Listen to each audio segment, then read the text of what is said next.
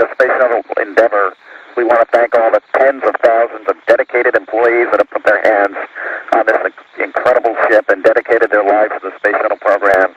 As Americans, we endeavor to build a better life than the generation before, and we endeavor to be a united nation. In these efforts, we are often tested. This mission represents the power of teamwork, commitment, and exploration. It is in the DNA of our great country to reach for the stars and explore. We must not stop. To all of the millions watching today, including our spouses, children, family, and friends, we thank you for your support.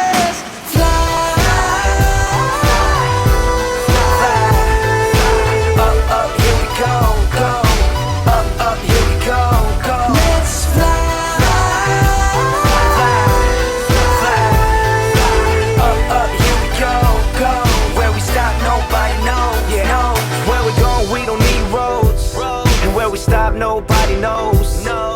To the stars if you really want it. Got a jetpack with your name on it. Above the clouds in the atmosphere. To say the words and we out of here. Hold my hand if you're feeling scared. We're flying up, out of here. Here we go. Okay, ohms burn starting in 5 seconds. About now. Here we go.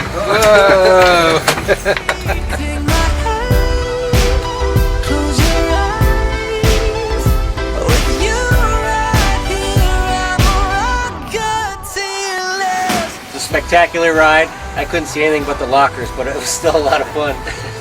No master alarms. I'll have to say it was a lot different than flying on the Soyuz. All right. You guys look great. You know why I'm wearing these? Because it looks cool. It looks cool. Hey, I've got a pair of those. Yeah. Hey, I want that asparagus. Have some Fiesta chicken. That's the best stuff. Now, I ain't never been to space before. Houston on the big loop, we're tally-ho with the station. Initiating RPM on my mark. 3, 2, 1, mark.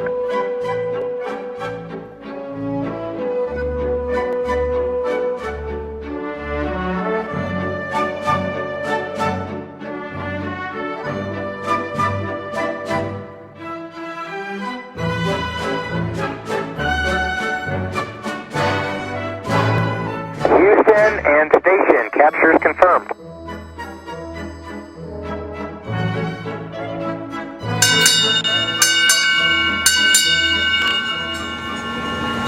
Endeavor arriving. Come on. Welcome aboard the station.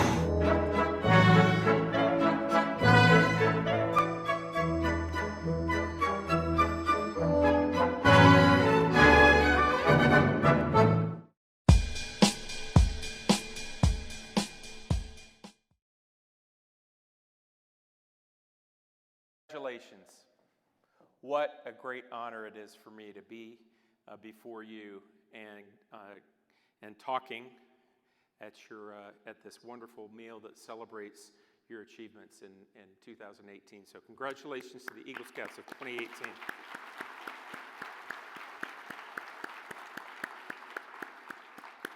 So you guys can look over at the side. It won't hurt my feelings. So I've got an apology to make. I've got my University of Texas sweatshirt on.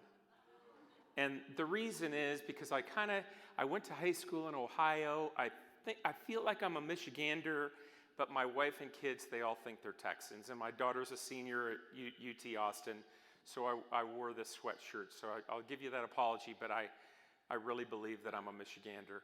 I really enjoyed sitting at the table with the Myers Foundation troops and learning about their Eagle projects, Kyle and Benjamin, and I guess, was there another one at the other table?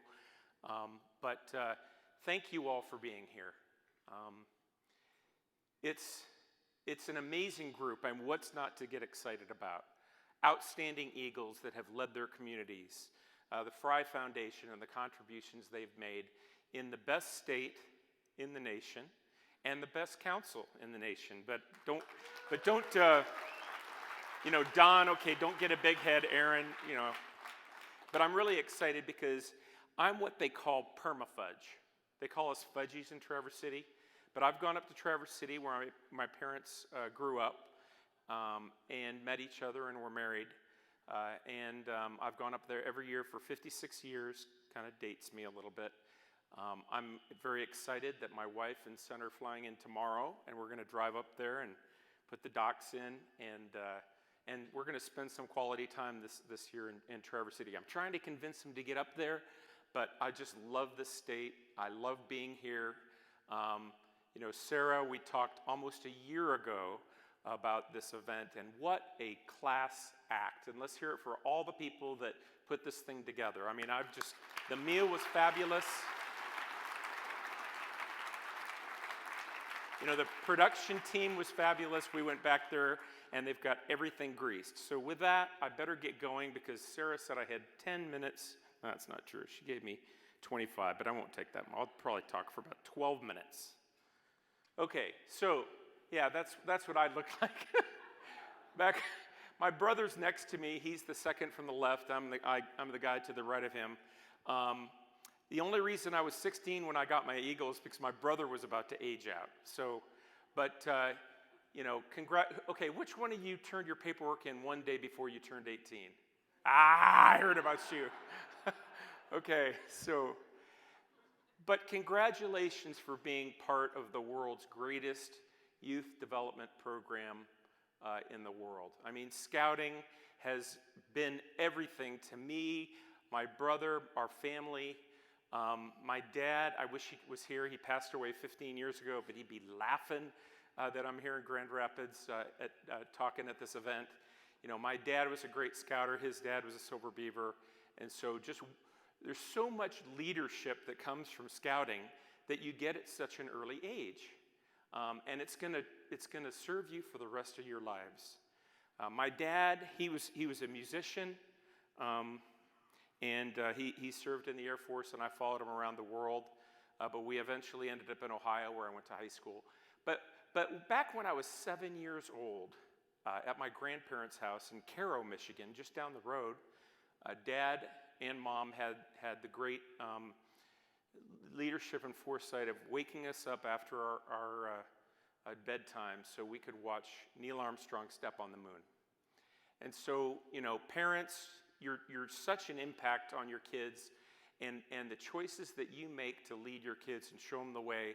This was what my dad did, and this is 50 years ago. 50 years ago on July 20th, Neil Armstrong stepped on the moon, and I got my motivation and planted the seed. You know, the important thing about dreams are, if you say you can't do it, then you absolutely can't do it. But if you just keep that possibility open, and I didn't think it would ever be possible, you can do just about anything in this world. So that's what I looked like when I was your age. I went to high school and then to college, and finally the pilot training. I thought I was going to be a Top Gun, and flew fighters, and they heard a couple fighter pilot stories at the table tonight. But eventually went into this class, 1998. It's almost 20 years ago. Actually more than 20 years ago now. And eventually got to fly in space. You know, these crews, and you saw the last crew. I had 2 shuttle flights. This was the first crew.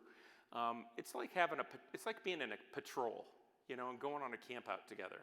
You know, you got your stuff, you take care of your gear, you've got a mission, you take care of each other, and you have a great adventure that you remember for, in my case, 16 days with those guys. We call each other knuckleheads.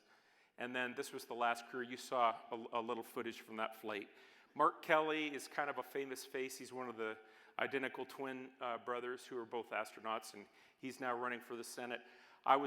This is our Star Trek copycat photo. And so if I had pointed ears, it would have been more effective, but I was his pilot. And then we had these other guys. On the second flight, we were all veterans, and we had a great time. As you can see, the video is 12 minutes long. I couldn't show it, but I never get tired of seeing even clips of that video, and we ending with Iron Man or whatever. But these guys, they're special, and again, it's just like being part of a patrol or a troop as we go off and do the missions in space. So I'd like to share with you a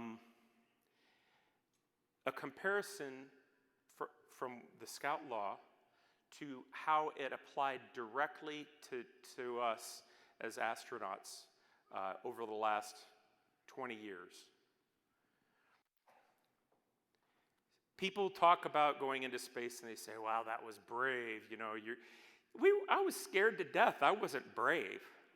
But I think bravery is an important part of the Scout Law, maybe not the most important one, but it's not necessarily about putting you, in a, how was it put by Mary Fry when she said, supervised danger. That's what this is, supervised danger. I really enjoyed your speech downstairs, by the way. But it's the bravery to do the right thing. And you'll find throughout your life, you're going to have opportunities where you could do the thing that wasn't so brave, or you can stand up for the right thing, what you believe. And I think that's the part of bravery that's the most important in the Scout Law. But more important than bravery, I think, are things like being cheerful, friendly, and kind. This is the mission control team right there. And look at their faces. They're excited about what they're doing. And if you're not excited about what you're doing, then you might as well go find something else to do, because there's so many things to do to get excited about. And flying in space was exciting, and the mission control, they were right behind us, and they made us enjoy every step of the way. Helpful. You should always be helpful. If you're not adding to the problem, then you're taking away from the problem. Here we have an instructor who's teaching us one of the robotics lessons that we had to learn. We went up in space. Obedient. There's times to kind of make things up and innovate and do things on the fly. But when you're doing a spacewalk, you got to follow the checklist. You got to do what you're supposed to be doing. There's no time for ad lib when you're doing spacewalks. I never got to do a spacewalk. I was just the guy who fed them when they came inside the spaceship. Trustworthy, loyal, having each other's backs, believing in each other, standing up for your people, and knowing that what they're going to tell you is right, being authentic. Trustworthy and loyal are two of the most important elements of the Scout Law.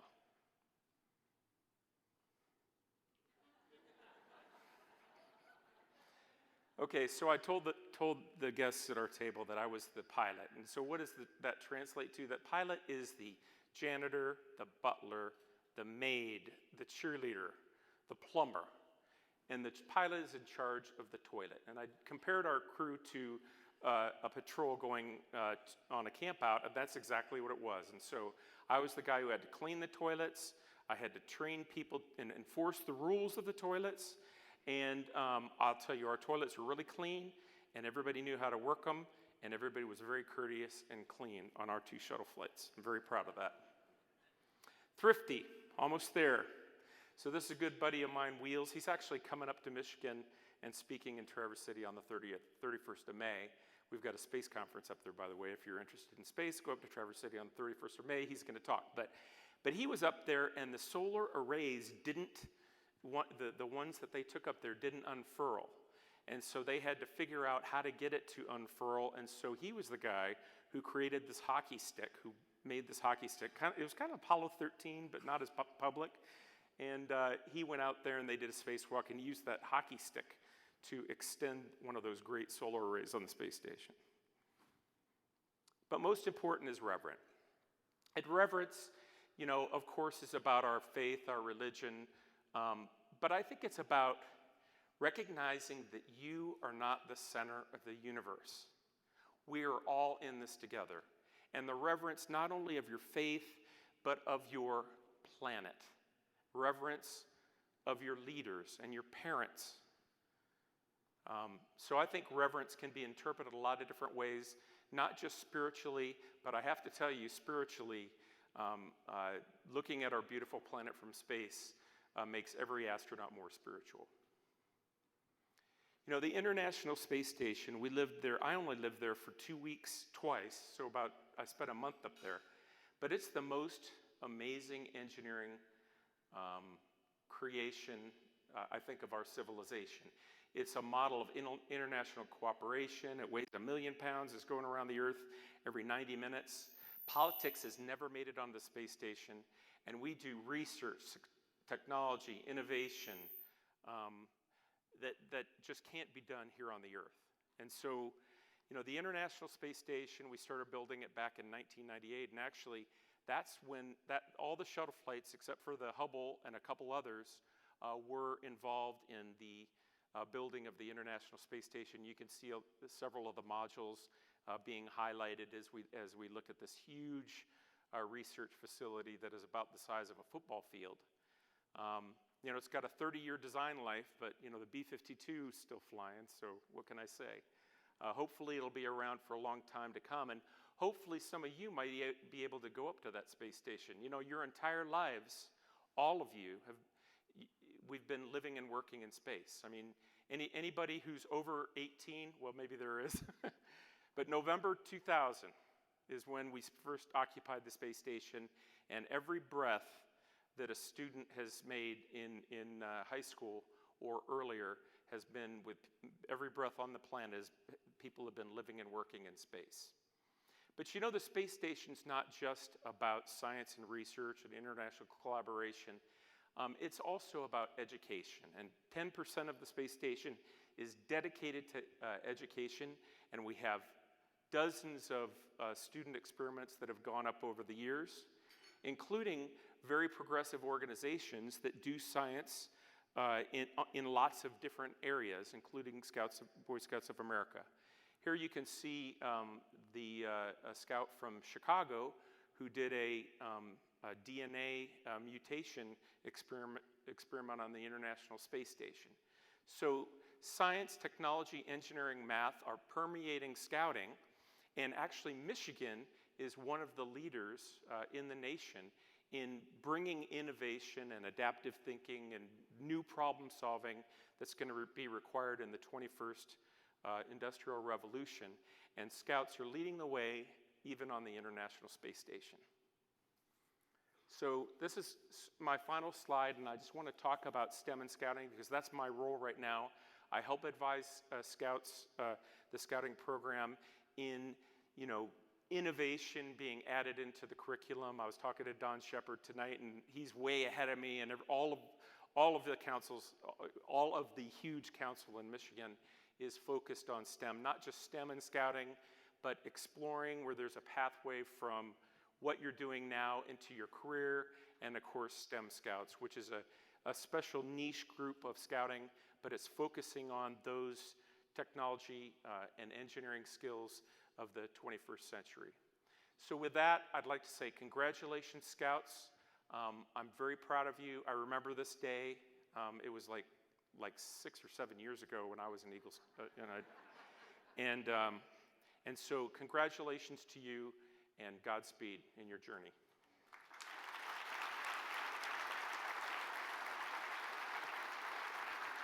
Thank you.